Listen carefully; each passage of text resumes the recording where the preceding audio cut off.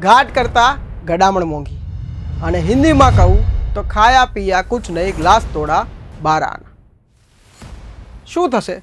તમે એક online platform ઉપરથી ખાવાનું ઓર્ડર કરો છો, ફૂડની કિંમત છે 200 રૂપિયા અને તેના ડિલિવરી ચાર્જ પેટે જો તમારી પાસે 250 રૂપિયા કોઈ વસૂલે તો આંચકો લાગશે ને। જેટલું ખાવાનું નહીં તેનાથી ડબલ તેના ડિલિવરી ચાર્જ પેટે ચૂકવવા આંચકો લાગે છે। આ બધી વાતો હું આમ જ નથી કરી રહ્યો, તેની પાછળ કારણ છે। નમસ્કાર, સ્વાગત છે તમારું બેનિફિટ ન્યૂઝમાં। હું છું આપણી સાથે મંથન। 4 ડિસેમ્બર સાંજના સમયે શહેરના એક બ્રિજને અચાનક બંધ કરવામાં આવે છે અને બ્રિજના બંને છેડે કલાકો સુધી ટ્રાફિક જામ થઈ જાય છે। બધા જ સમજી ગયા હશો, વાત થાય છે સુભાષ બ્રિજની। સાંજના સમયે બ્રિજનો એક સ્પાન નીચે બેસેલો દેખાય છે। એએમસી તાત્કાલિક બ્રિજને બંધ કરી દે છે અને તેની તપાસ હાથ ધરે છે। પહેલા બ્રિજને થોડાક દિવસ માટે બંધ કરવામાં આવે છે અને આખરે 25 ડિસેમ્બરના રોજ તેનો અંતિમ રિપોર્ટ આવ્યા બાદ તેને ખોલવાનું નક્કી કરવામાં આવે છે। ત્યારબાદ 26 ડિસેમ્બરને શહેરના મેયર અને મ્યુનિસિપલ કમિશનર નવો બ્રિજ બનાવવાની સત્તાવાર જાહેરાત કરે છે। સાંભળીએ। વર્ષ 1973માં નિર્મિત આ બ્રિજ છેલ્લા 52 વર્ષથી કોઈ મોટી તકલીફ વિના કાર્યરત રહ્યો હતો, જે કે તારીખ 4 ડિસેમ્બર 2025ના રોજ બ્રિજના ડેકમાં તિરાડ તથા સુપર સ્ટ્રક્ચરમાં સેટલમેન્ટ જોવા મળતા સલામતીના હિતમાં બ્રિજને ટ્રાફિક માટે બંધ કરવાનો નિર્ણય લેવામાં આવ્યો હતો।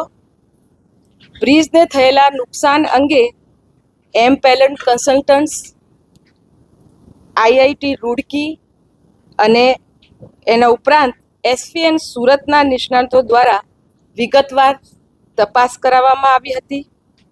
નિષ્ણાતોના અભિપ્રાય અનુસાર હાલના બ્રિજના સુપર સ્ટ્રક્ચરને દૂર કરવું જરૂરી હોવાનું નક્કી કરવામાં આવ્યું છે। શહેરમાં વધતી ટ્રાફિકની માંગને ધ્યાનમાં રાખીને માત્ર રિસ્ટોરેશન સુધી સીમિત ન રહી હાલના બ્રિજની બંને બાજુ વધારાના નવા બ્રિજ બનાવવાની યોજના પણ તૈયાર કરવામાં આવી છે। આ સમગ્ર પ્રોજેક્ટ માટે અંદાજિત ખર્ચ રૂપિયા 250 કરોડ રાખવામાં આવ્યો છે અને કામગીરી ઈપીસી મોડ હેઠળ અમલમાં મૂકવામાં આવશે। અને વધુ ટેકનિકલ માહિતી કમિશનર સર આપશે। જે નવા બે લેન જે છે એને આડ કરવામાં આવશે। અત્યારે સુભાષ બ્રિજ જે છે એ 3 લેન છે, એને 4 લેન કરીને રિસ્ટોરેશન કરવામાં આવશે। જે 18 મીટરનું જે અત્યારનું જે કેરેજ વે છે એને 3 લેનથી 4 લેન કરવામાં આવશે અને એના સાથે સાથે એના બંને બાજુ ડાબી અને જમણી બાજુ બીજા એક્સ્ટ્રા 2 લેન એને આડ કરવામાં આવશે। આપણા પાસે આ એક ચેલેન્જ પડકાર તરીકે આવ્યા હતા, એ પડકારને આપણે ઓપોર્ચ્યુનિટી તરીકે લીધું છે અને આગળ અને પાછળ આપણને ટીપી રસ્તા 36 મીટરનું મળી રહે છે। એટલે એના આધારે આ બ્રિજ જે 18 મીટરનું હતું એને જે રીતે માનનીય મેયરશ્રીએ કીધું કે આગામી દિવસોમાં ઉપયોગિતા અને એ બ્રિજ ઉપર ભારણને ધ્યાનમાં રાખીને આપણે એ બ્રિજને અત્યારે 4+4 8 લેન બ્રિજ જે છે એ કરવામાં આવશે અને એ જે પૂરેપૂરું બાબત છે એ ઈપીસી મોડલ ઉપર કરવામાં આવશે। આપણે આ બ્રિજમાં 4 ડિસેમ્બરે સેટલમેન્ટનું આપણા ઉપર જ્યારે ધ્યાને આવ્યા ત્યારે તરત જ બ્રિજને બંધ કરવામાં આવ્યા। લોકોના જાહેર સેફટીના હિતાર્થે આ છેલ્લા 20 દિવસથી સતત અલગ અલગ નિષ્ણાતો, એ ચાહે આઈઆઈટી રૂડકી હોય, એસવીએનઆઈટી હોય, અલગ અલગ સ્ટ્રક્ચરલ એક્સપર્ટ હોય, આ તમામ લોકોને સાથે લેવામાં આવ્યા હતા। આ એક કમિટી બનાવવામાં આવ્યા હતા। કમિટીના રિકમેન્ડેશનના આધારે આપણને એ જોવા મળ્યા કે એનું જે સબસ્ટ્રક્ચર છે એને હજુ સ્ટ્રેન્થનિંગ કરી આપણે સુપર સ્ટ્રક્ચર પૂરેપૂરું એને ચેન્જ કરીને એને રિસ્ટોરેશન કરી શકાય છે। એટલે આપણે રિસ્ટોરેશન તો કરીએ છીએ, પણ એના સાથે સાથે આપણે 2 નવા લેન પણ બનાવીએ છીએ.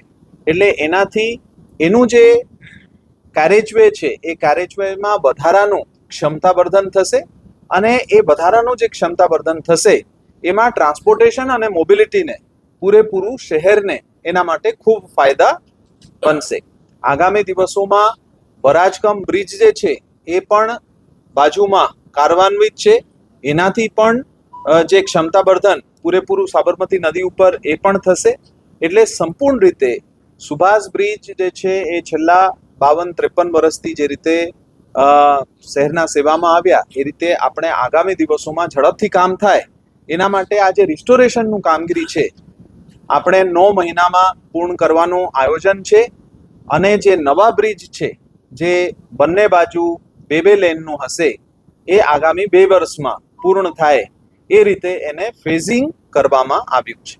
એટલે સંપૂર્ણ રીતે જે આપણું અત્યારે જૂના બ્રિજ છે એ જૂના બ્રિજના જે પિયર છે એને સ્ટ્રેન્થનિંગ કરવામાં આવશે, એને સ્કાવર પ્રોટેક્શન માટે સક્ષમ બનાવવામાં આવશે અને એના ઉપર સુપરસ્ટ્રક્ચરને રિસ્ટોર કરીને પૂરેપૂરું સુપરસ્ટ્રક્ચરને ડિમોલિશન કરીને રિસ્ટોર કરવામાં આવશે.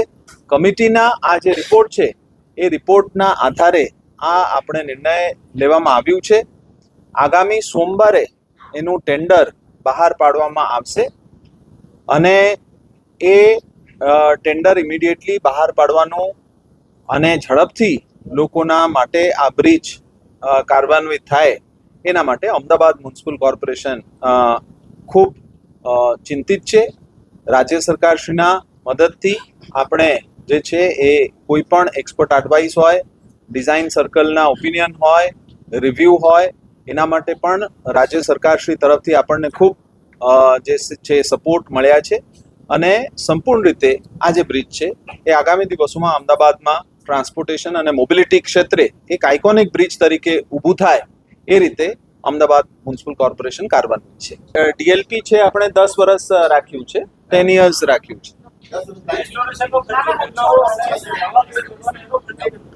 રિસ્ટોરેશનનું ખર્ચ લગભગ 110 કરોડ. સાંભળી લીધું? બ્રિજ બનશે, નવો પણ બનશે, બ્રિજની બાજુમાં 2 લેનના બીજા બ્રિજ પણ બનશે અને અંદાજિત કુલ ખર્ચ 250 કરોડ રૂપિયા. આ છે મુખ્ય મુદ્દો. વર્ષ 1973માં નિર્મિત બ્રિજ એટલે 52 વર્ષ જૂનો સુભાષ બ્રિજ ફરી બનાવવાનો ખર્ચ એ નવા બનાવવામાં આવેલા ઘણા બધા ફ્લાયઓવરના ખર્ચ કરતાં પણ વધારે આંકવામાં આવી રહ્યો છે. હાલ બ્રિજના પુનઃનિર્માણ અને બાજુમાં નવા બ્રિજ બનાવવા માટેના ટેન્ડરની પ્રક્રિયા ચાલી રહી છે, જેમાં સુભાષ બ્રિજના પુનઃસ્થાપન માટે અંદાજે 110 કરોડ ખર્ચવામાં આવશે, જ્યારે બાજુના નવા પુલના નિર્માણમાં અંદાજે રૂપિયા 140નો ખર્ચ થશે. એટલે આશરે કુલ અંદાજિત કિંમત રૂપિયા 240થી 250 કરોડની હશે. શહેરમાં છેલ્લા વર્ષોમાં બનેલા ઘણા બધા ફ્લાયઓવરના કુલ નિર્માણ ખર્ચ કરતાં પણ આ ખર્ચ ઘણો વધારે છે. જો વાત કરીએ ઇન્કમટેક્સ ફ્લાયઓવરની, રાજેન્દ્ર પાર્ક, અંજલી ફ્લાયઓવર, પાંજરાપોળ જેવા અન્ય ફ્લાયઓવરની, તો આ બધાનો મૂળ નિર્માણ ખર્ચ 100 કરોડ રૂપિયા કરતાં ઓછો આવેલો.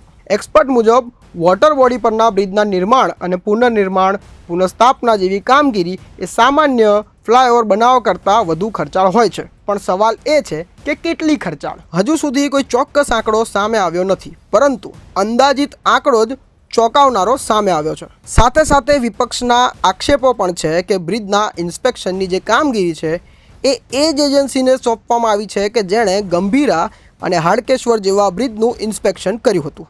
તાજેતરમાં ઇન્કમટેક્સ ફ્લાયઓવરના એક્સપાન્શન જોઇન્ટના બોલ્ટ પણ ઢીલા પડ્યા છે. તેને લઈ વિપક્ષ પ્રહાર કરી રહ્યું છે અને તંત્ર સ્પષ્ટતા આપતા રિપેરિંગની કામગીરી કરી રહ્યું છે. શહેરમાં અન્ય ફ્લાયઓવરો કરતાં અને અન્ય જાહેર પ્રોજેક્ટ કરતાં સુભાષ બ્રિજની કામગીરી પાછળ મોટો ખર્ચ થવાનો છે. એટલે શરૂઆતમાં મેં કહાવત વાપરી હતી કે ઘાટ કરતાં ગડામણ મોંઘી. સરવાળે વાત એટલી જ છે, જે પણ ખર્ચ થવાનો હોય, જેની પણ પાછળ થવાનો હોય, પૈસા પ્રજાના છે. એટલે પ્રજાના પૈસે કયા કામો કઈ જગ્યાએ કેટલા ખર્ચે થઈ રહ્યા છે તે બતાવવું એ અમારું કામ છે અને અમે બતાવતા રહીશું. આવી જ જાણકારી સાથે અપડેટેડ રહેવા માટે જોતા રહો બેનિફિટ ન્યૂઝ.